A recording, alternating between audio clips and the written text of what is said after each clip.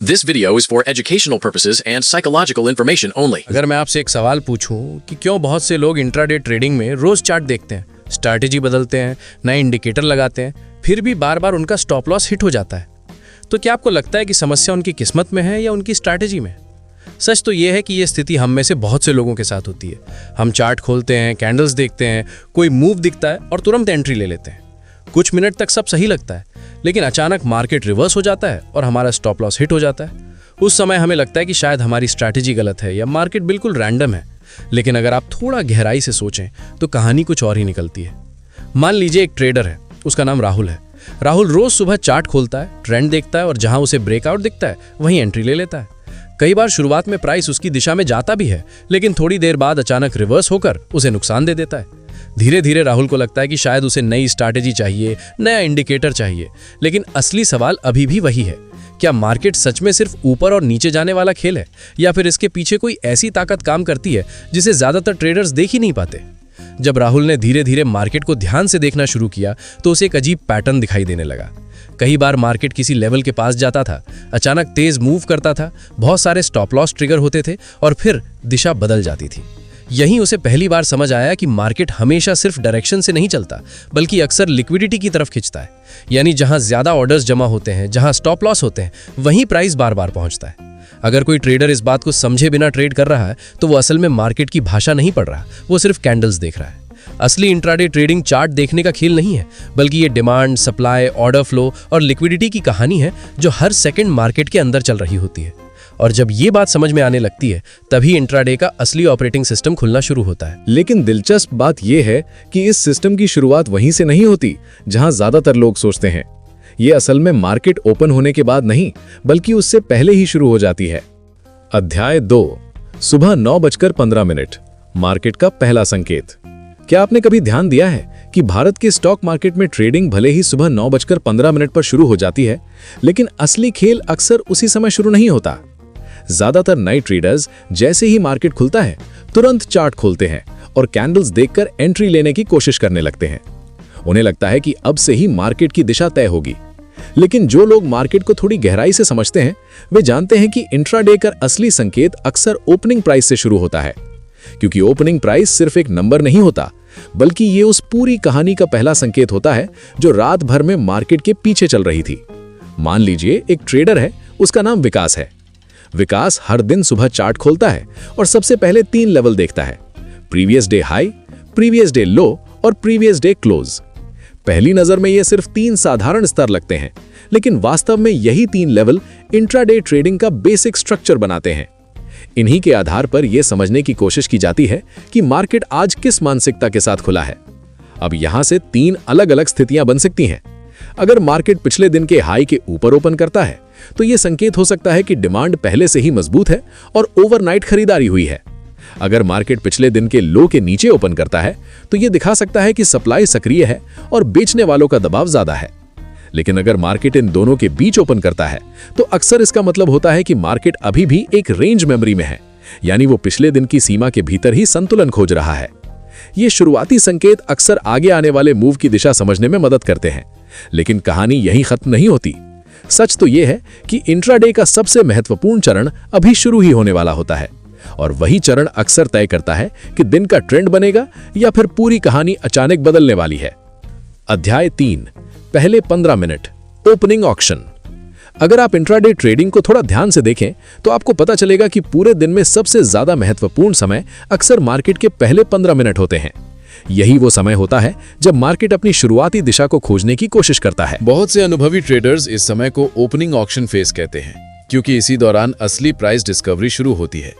यानी मार्केट ये समझने की कोशिश करता है कि जो शुरुआती मूव दिख रहा है वो वास्तव में मजबूत है या सिर्फ ओपनिंग वोलेटिलिटी का असर है। मान लीजिए एक ट्रेडर है, उसका नाम अर्जुन है। अर्जुन ने देखा कि मार्केट खुलते ही प्राइस तेजी से ऊपर जाने लगा। अगर वो बिना सोचे तुरंत एंट्री ले लेता तो शायद कुछ ही मिनट बाद उसे नुकसान हो सकता था। लेकिन उसने पहले 15 मिनट को ध्यान से देखा। इस दौरान एक वाइड रेंज कैंडल बनी और उसके साथ वॉल्यूम भी तेजी से बढ़ा।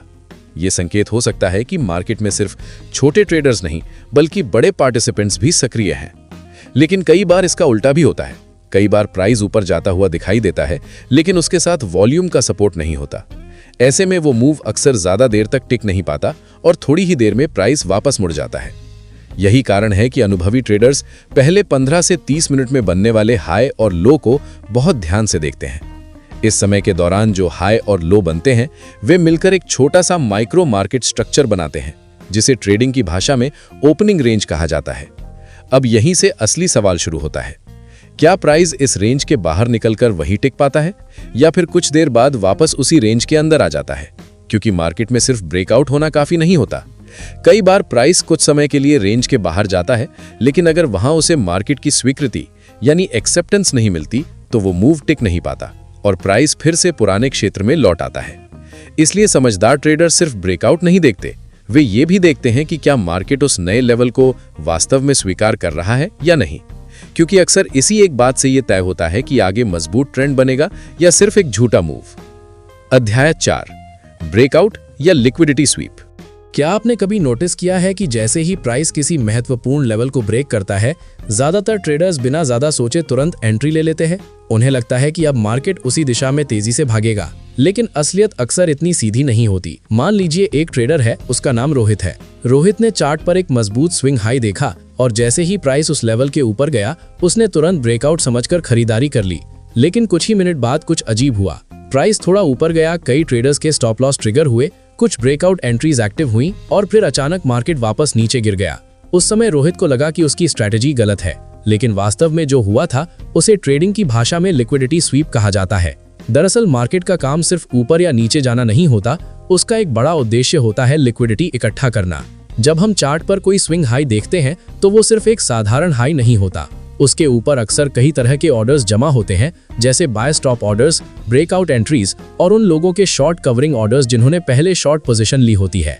जैसे ही प्राइस उस लेवल के पास पहुंचता है, ऑर्डर बुक अचानक एक्टिव हो जाती है और बड़ी मात्रा में ऑर्डर्स ट्रिगर होने लगते हैं। कई बार मार्केट का उद्देश्य वहीं से ट्रेंड शुरू करना नहीं होता, बल्कि सिर्फ उन ऑर्डर्स को एक्टिव करना होता है ताकि लिक्विडिटी इकट्ठा की जा सके। इसी कारण बहुत से ब्रेकआउट असली नहीं होते, वे सिर्फ एक लिक्विडिटी रन होते हैं, एक ऐसा मूव जो ट्रेडर्स के ऑर्डर्स को ट्रिगर करके तुरंत वापस मुड़ जाता है। और यही वो जगह है जहां समझदार ट्रेडर सिर्फ ब्रेकआउट नहीं देखते, बल्कि ये समझने की कोशिश करते हैं कि क्या ये सच में नया ट्रेंड शुरू होने का संकेत है या फिर मार्केट सिर्फ लिक्विडिटी इकट्ठा करके किसी और दिशा में जाने की तैयारी कर रहा है। अध्याय 5, वीवैप, इंस्टीट्यूशनल संकेत। क्या आपने कभी सोचा है कि इंट्राडे ट्रेडिंग में कुछ ऐसे स्तर भी होते हैं जिन्हें सिर्फ छोटे ट्रेडर्स ही नहीं बल्कि बड़े संस्थागत खिलाड़ी भी ध्यान से देखते हैं? इन्हीं में से एक बेहद महत्वपूर्ण इंडिकेटर है वीवैप, यानी वॉल्यूम वेटेड एवरेज प्राइस। कई अनुभवी ट्रेडर्स इसे इंट्राडे मार्केट का एक तरह का बेंचमार्क मानते हैं, क्योंकि दिन के दौरान कई बड़े संस्थागत ट्रेडर्स अपने ट्रेड्स को वीवैप के आसपास ही मापते और तुलना करते हैं। मान लीजिए एक ट्रेडर है, उसका नाम करण है। करण ने देखा कि मार्केट ओपन होने के बाद प्राइस लगातार वीवैप के ऊपर ट्रेड कर रहा है। कुछ समय बाद प्राइस थोड़ा नीचे आया, लेकिन जैसे ही वो वीवैप के करीब पहुंचा, वहां से फिर से ऊपर उछल गया। ये अक्सर इस बात का संकेत हो सकता है कि मार्केट में डिमांड मजबूत है और खरीदार उस स्तर को सपोर्ट की तरह इस्तेमाल कर रहे हैं। लेकिन कहानी हमेशा इतनी सीधी नहीं होती। कई बार ऐसा भी होता है कि प्राइस वीवैप के नीचे चला जाता है और वहीं टिकने लगता है। ऐसे में ये संकेत हो सकता है कि अब सप्लाई का दबाव बढ़ रहा है और बेचने वाले मार्केट पर नियंत्रण बना रहे हैं। यहीं पर बहुत से नए ट्रेडर्स एक गलती कर देते हैं। वे वीवैप को सिर्फ चार्ट पर बनी एक साधारण लाइन समझ लेते हैं, जबकि असल में ये उससे कहीं ज्यादा गहरी जानकारी देता है। वीवैप हमें ये दिखाता है कि पूरे दिन में वॉल्यूम के आधार पर औसतन किस कीमत पर सबसे ज्यादा पोजीशनिंग हुई है। यानी ये सिर्फ प्राइस नहीं दिखाता, बल्कि ये भी बताता है कि मार्केट के बड़े हिस्से ने किस स्तर के आसपास किया है। और जब कोई ट्रेडर इस बात को समझने लगता है तो उसे धीरे धीरे एहसास होता है कि चार्ट पर दिखाई देने वाली हर लाइन सिर्फ एक इंडिकेटर नहीं होती, कई बार वो मार्केट के अंदर छिपी हुई ताकतों का संकेत भी होती है। और यहीं से इंट्राडे ट्रेडिंग को समझने का अगला स्तर शुरू होता है। अध्याय 6, ऑर्डर फ्लो और अब्जॉर्प्शन। इंट्राडे मार्केट असल में एक लगातार चलने वाली लड़ाई का मैदान है। हर सेकंड, हर प्राइस लेवल पर बायर्स और सेलर्स आमने सामने होते हैं। मान लीजिए एक सेकंड में आस्क साइड लगातार हिट हो रही है और प्राइस ऊपर जा रहा है। इसका मतलब होता है कि बायर्स काफी अग्रेसिव हैं, यानी खरीदारी के लिए लोग मार्केट ऑर्डर लगा रहे हैं और प्राइस को ऊपर धकेल रहे हैं। लेकिन कभी कभी ऐसा भी होता है कि वॉल्यूम बड़ा होता है, यानी बहुत सारे ऑर्डर्स लग रहे हैं, लेकिन प्राइस ज्यादा मूव नहीं करता।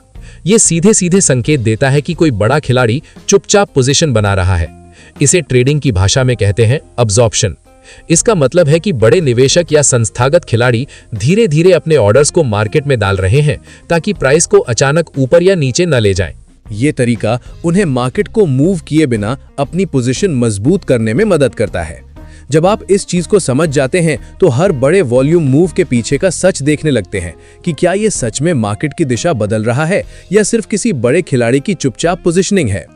अध्याय 7, मार्केट स्ट्रक्चर शिफ्ट।